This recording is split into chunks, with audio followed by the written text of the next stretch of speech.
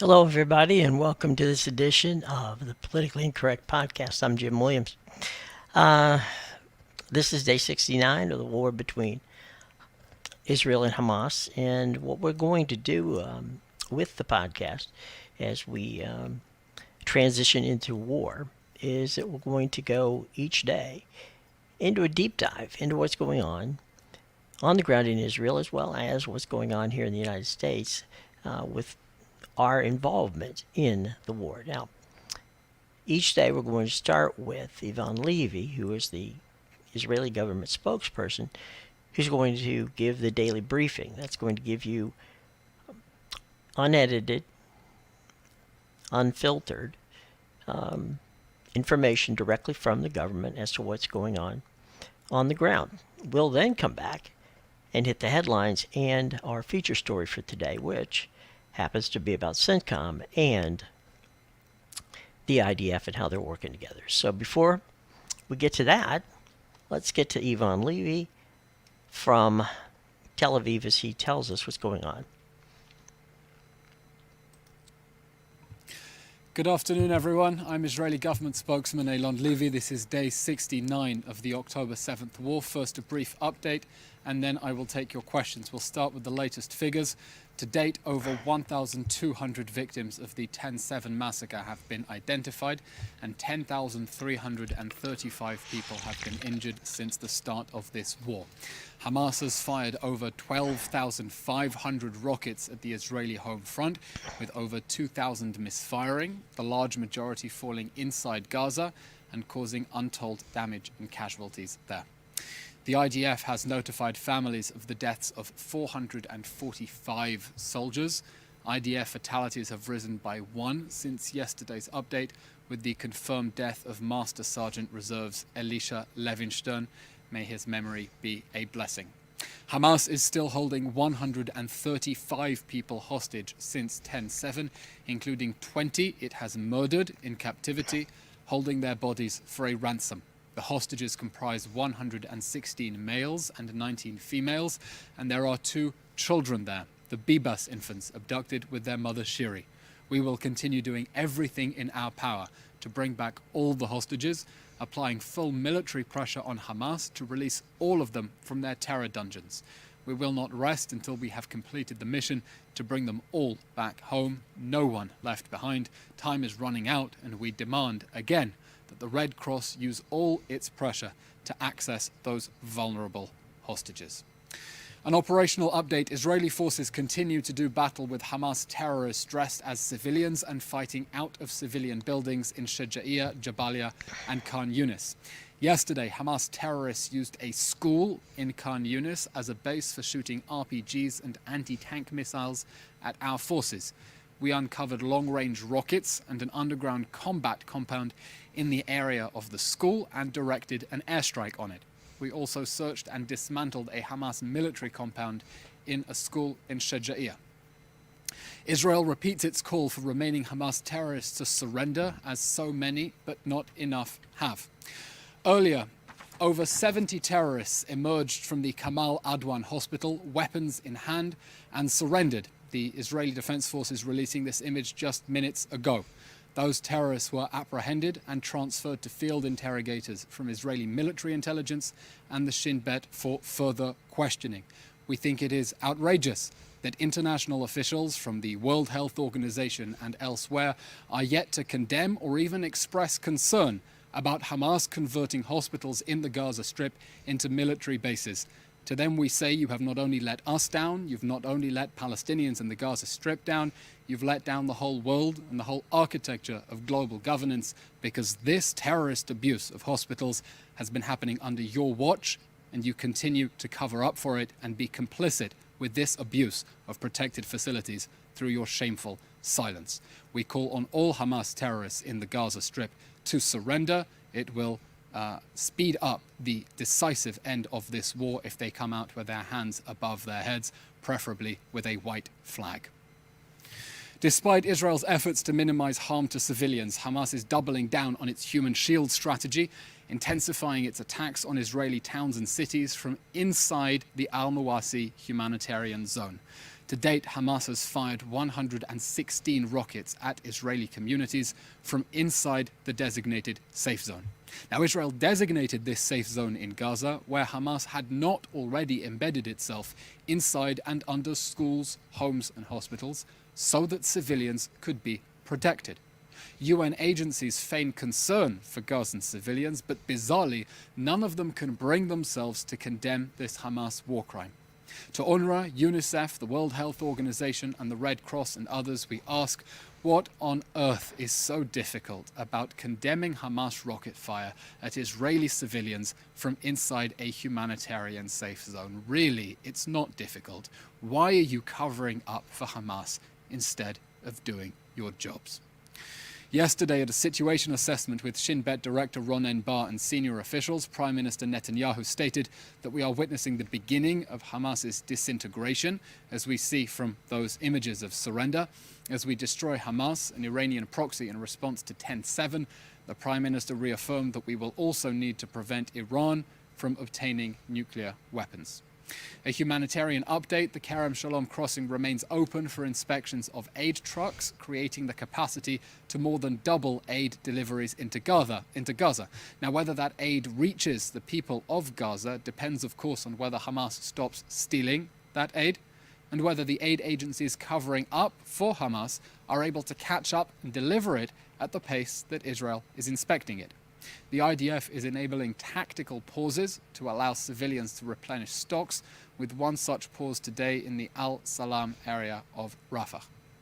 Yesterday, the world received a shocking reminder of the importance of de-radicalization the day after Hamas, and we continue to call on the whole world to put in place plans to de-radicalize the Gaza Strip the day after, so that we can gain peace and security that we need as we rebuild the Gaza Strip, making sure that concrete go to people's homes and not to the terror tunnels that we found under hospitals. This afternoon, Prime Minister Benjamin Netanyahu is scheduled to meet with US National Security Advisor Jake Sullivan, who is also scheduled to meet with President Herzog and members of the War Cabinet. Since the moment Hamas declared war with the 10/7 massacre, President Biden has demonstrated exceptional moral clarity and leadership in condemning the Hamas atrocities and reaffirming the necessity of an Israeli victory over Hamas. We thank the United States for its critical Security Council veto, ongoing supplies of weapons needed to destroy Hamas, and the strong message sent by 2 aircraft carrier groups to deter any further aggression against our people or expansion of this conflict. Since 10/7, we have welcomed President Biden for a historic solidarity visit, Secretary Blinken a number of times, Secretary Austin, and now the National Security Advisor. Israel and the United States, acting in unprecedented cooperation, see eye to eye about the need to end this war with the end of Hamas. Yesterday, the Prime Minister thanked the Armored Corps 460 Brigade for the sophistication of their operations against the Hamas terror regime. He vowed we will continue until victory, until the destruction of Hamas, and that nothing will stop us as we proceed with that sophistication that he praised to restore security to the people of Israel and bring to justice the 10/7 monsters. That's the end of today's briefing. We'll now take your questions. Thank you. Williams, Zenger International News Service, Washington, D.C. While the US and Israel debate the best way to achieve the mutual goal of winning the war, isn't the biggest story how, at the order of President Biden, the United States Central Command, CENTCOM, to work with the IDF since October 7th terror attack, CENTCOM has been assisting the IDF on everything from high-tech satellite intel to helping to plan the dangerous street-to-street fighting being done by the IDF in Gaza. CENTCOM and the IDF are working in lockstep to bring the hostages home, defeat Hamas and reduce the number of innocent people killed in Gaza. Isn't that the bigger story than the political theatre going on now? Jim, as a journalist, that sounds like an excellent story for you to cover. As we said, we thank the United States for the unprecedented cooperation between our nations as we see eye to eye about the need to continue this war until it ends with the end of Hamas.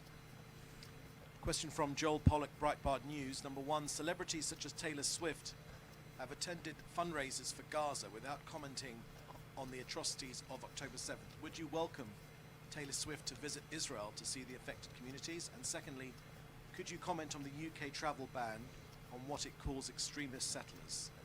On your first question, we of course welcome visits by all leaders and influential figures who want to bear witness to the atrocities of 10/7 and show the world what our people endured during that horrific massacre and make clear why we are fighting to defend ourselves and defend our children and make sure this war ends so that children can sleep safely in Kfar Aza, Be'eri and near Oz. Again, as for the question from the United Kingdom, we of course deplore all extremist violence, wherever that may be. There is a lot of extremist violence inside the West Bank, particularly from the direction of Palestinian terrorists, but we deplore all extremist violence. There is no excuse for vigilantism or hooliganism, and we will continue to insist that all extremist violence be dealt with the full force of the law. Adam Scott Bellos, the Israel Innovation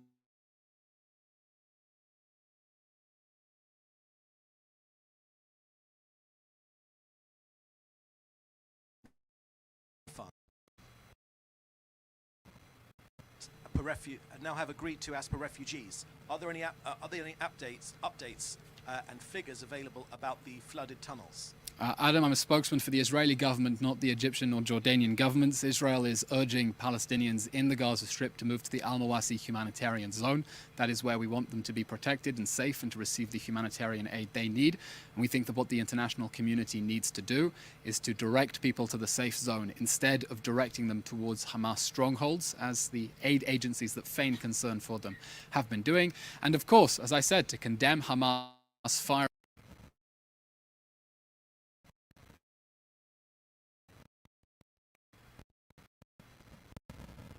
rockets out of the humanitarian safe zone. It really isn't very difficult to do.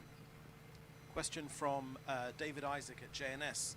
The issue of settler violence keeps getting brought up. The US announced a travel ban on violent settlers, and just now the UK, the Biden administration is reportedly holding up a shipment of rifles, fearing they'll fall into the hands of extremist settlers. But Israeli police statistics don't show any surge in extremist settler violence, as the White House claims. So far, we haven't heard any pushback from the Prime Minister on this issue. In fact, the opposite. He's confirmed the White House accusations. Can we expect the Prime Minister to make a statement refuting these charges? Why hasn't he done so? David, we just addressed the question about extremism violence in response to the previous question. And finally, from Joel Pollack at Breitbart News, is there a plan to replace the tens of thousands of agricultural workers who have left? Is the planting season for spring in danger?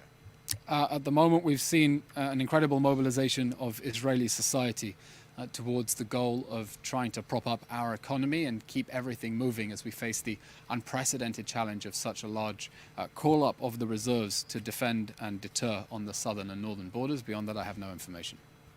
Thank you. Okay, thank you very much, everyone. Keep safe, happy Hanukkah, and we'll update you about tomorrow's briefing.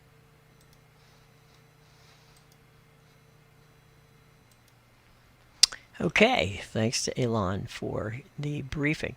Okay, let's hit the headlines for today. The first one up is the National Defense Authorization Act passed the Senate today, 310 to 118. I'm sorry, that should be the House, not the Senate. President Biden is expected to sign it before the end of the day Friday, if not sooner. Now, what happened in the House on this one was that the hard right, basically the folks in the Freedom Caucus, were against a number of issues in the bill. But the moderates prevailed, and at the end of the day, it passed, as you say, pretty amazingly from 310 to 118. So President Biden will sign that into law.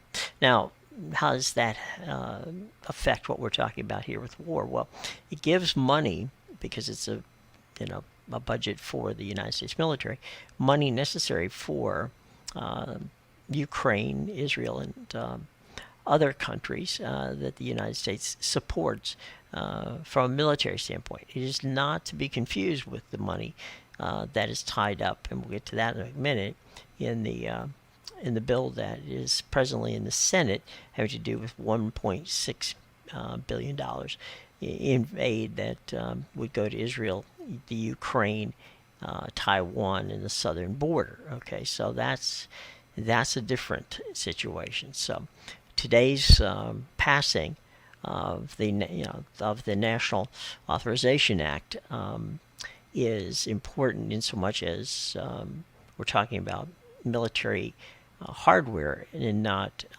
money that will be used by the government to work on everything from humanitarian aspects to military aspects, which is the type of funds that will be coming from the Senate bill. Okay, so that is to kind of split the difference of what's going on.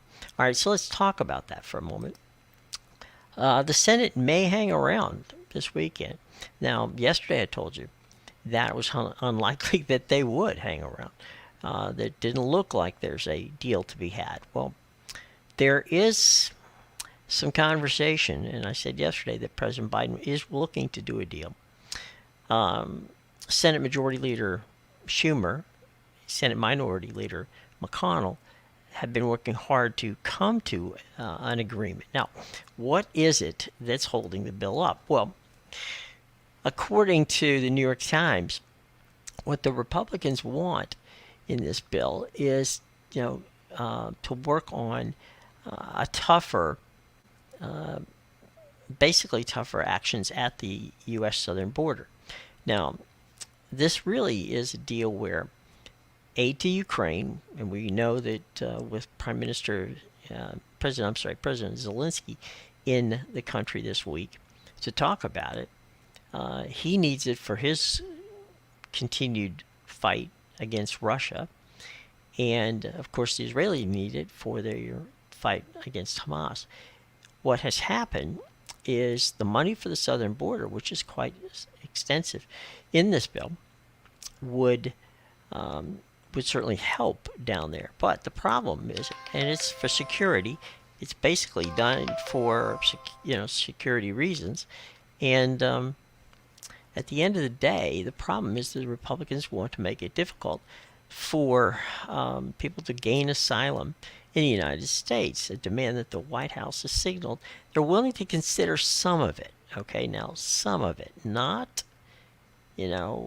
not some of the draconian ideas that was around in the Trump administration. Now, the Republicans want to restore the policies that would gain either rapid return of people, turning them away at the border, or force them to wait in Mexico until the asylum cases are heard. That was something that President Trump used as methods to shut down the border to migrants. Now, Republicans are seeking to expand a policy known as expedited removal. Now, that is to rapidly deport undocumented immigrants, and also they want to restrict the use of immigration policies known as humanitarian parole. Now, here's where this gets a bit dicey. The humanitarian parole has been there for years, and it's allowed Afghans, Ukrainians, and others from Central and South America to flee war and violence and to come to the United States for asylum. The Republicans say that needs to be totally overhauled and to contend with the border crossings, and which has surpassed 10,000 people per day. So at the moment, we don't have a deal. We'll find out in the next 24 hours if indeed there is a deal to be had. At this moment, it doesn't look like that's going to happen, although, stranger things have. So we'll keep you posted on that. Some breaking news that just came in a few minutes ago, and that is that the European Union has decided to open negotiations with Ukraine to join NATO. Now, that's something that really had been talked about last year, as some of you may remember. But there was always the key opposition from Hungarian Prime Minister Viktor Orban. But the European Council President Charles Michel, who's been, working out of Brussels on the summit with the 27 European Union leaders, said the decision to add them right now is something that they feel needs to be explored. So the Ukraine finally becoming a member of NATO could take years, but it's got to start somewhere. And right now, the the European Union seems to think it's going to be a victory for all of Europe if indeed Ukraine can join the NATO alliance and also potentially become a member, of the European Union. So that's all coming down here. And by the way, Moldova is also being considered as a possible member of the European Union. So NATO and the European Union situation is certainly becoming a possibility for the Ukraine. So that's very much a very important thing, which we will follow for you. So now here's our cover story. The story which you will be able to read tomorrow in Zenger, as well as a number of other sites which are in the show box below. And that is how the U.S. Central Command and the IDF have a role in what's going on in the Israeli-Hamas war. Now, while President Joe Biden is trying to walk that very thin line between the pressure from the Democrats on the left and the far-right Republicans, he has supported Israel, and it's not been in any way, shape, or form unwavering. He has actually put up a very strong point having to do with the ability to make sure that they do not call a ceasefire, because he feels that that would be an opportunity for Hamas to rebuild. So he doesn't want that to happen. He's holding hard on that. The Republicans, on the other hand, where that's a problem for him, is they are basically holding hostage the money for not just Israel, but for Ukraine, having to do again with the southern borders we talked about, as well as in some cases, as we saw with the House, where it becomes budget neutral. So they're actually saying, all right, fine, we'll give you the $14 billion if you take $14 billion out of the IRS budget, which of course is 40% of the budget. So that's not going to happen. So as the political theater plays out in Washington and Tel Aviv, what's really happening behind the scenes with the two countries as far as real things that matter, okay, at this point. Overlooking the calm blue-green waters of Tampa Bay, you're going to find MacDill Air Force Base. Now, it is home to United States Central Command. Now, U.S. CENTCOM, as it is known, covers a global located group of countries in Europe, Africa, and the Indo-Pacific.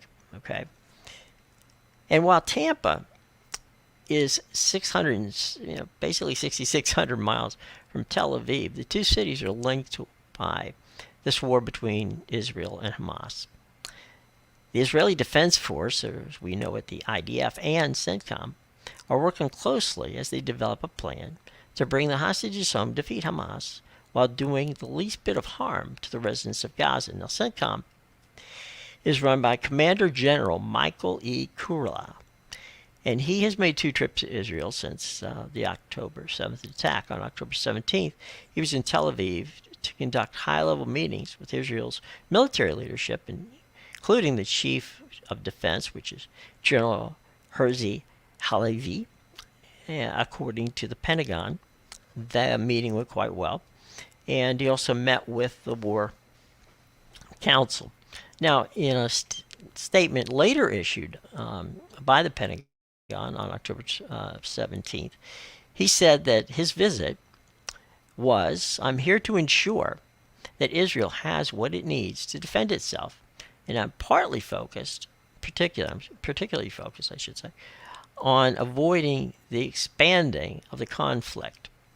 So, 2 things CENTCOM's doing. 1, they're helping the IDF on the day-to-day issues of fighting Hamas in Gaza, while looking again to make sure that there is not an expansion of this war into other places which would stretch the military, which right now can't afford that kind of stretch.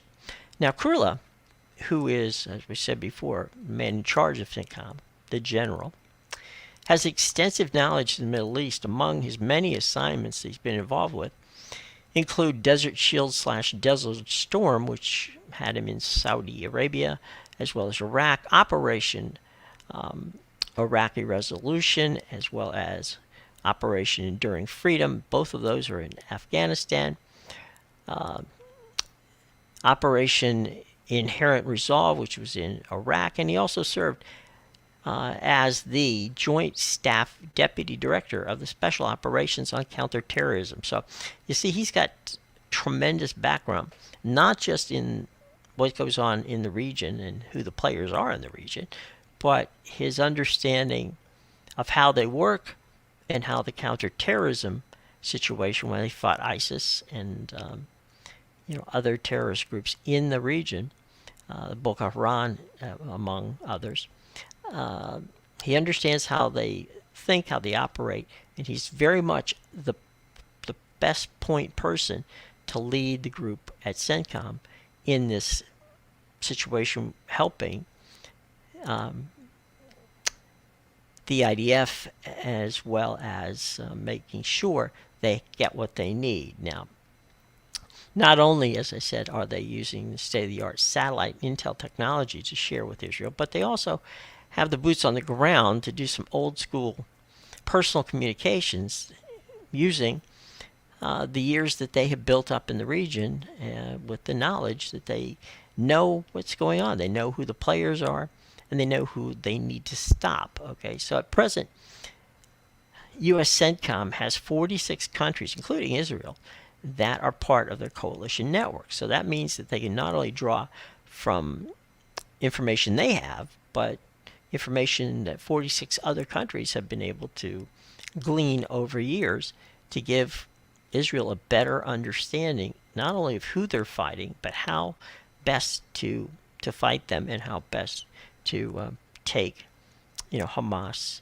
out from a standpoint of making sure they're no longer a threat, not just militarily but politically, in Gaza. So, look, the information shared by the U.S. CENTCOM with the IDF on how to fight door-to-door battles, the Israelis are using that now on a daily basis, and basically it's clear that while the political theater is always going to be there,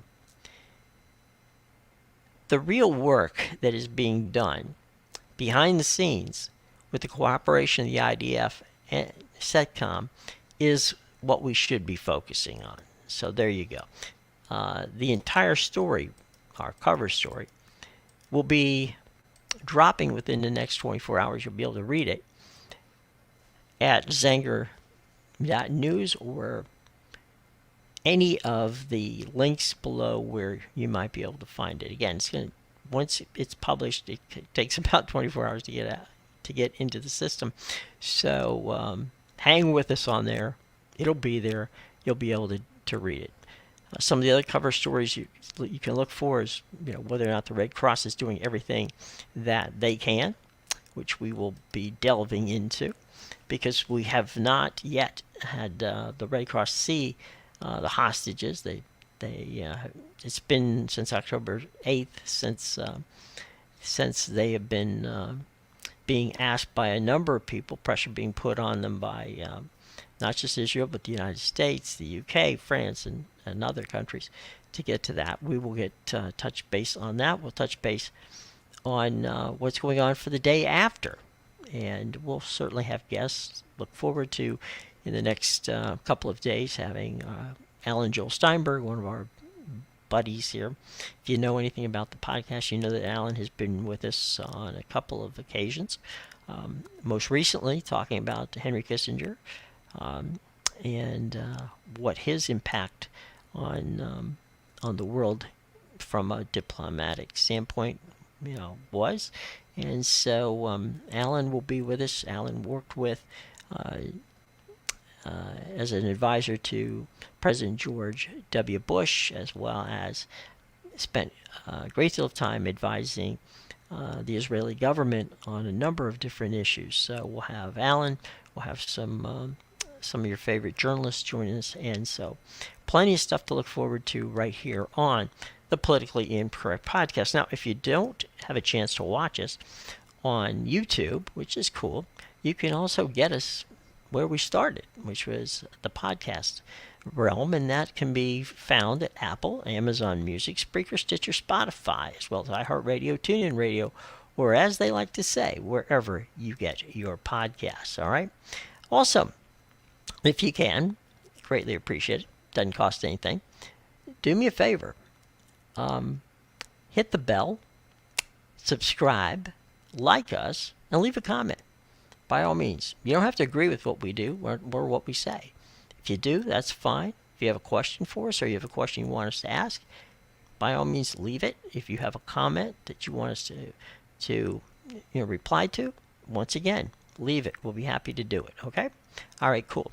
So anyway, we will be with you tomorrow. And as I said before, there's a lot of moving parts here. We're going to be giving you the daily briefing with Alon. We're going to be giving you as much information as we can, as quickly as we get it. And so by all means, it's not to steal Rachel Maddow's tagline, but watch this space. We will be trying to keep you advised as best we can to what's going on. All right, everybody? It's a team effort, so as I said before, subscribe, hit the bell, like us, leave a comment. And if you listen to us on podcasts, on Apple Podcasts, leave us a 5-star review and say that you like what we're doing, and we'll keep doing it. So we'll see you tomorrow, and until then, have a great last night of Hanukkah, and we will see you tomorrow. Take care.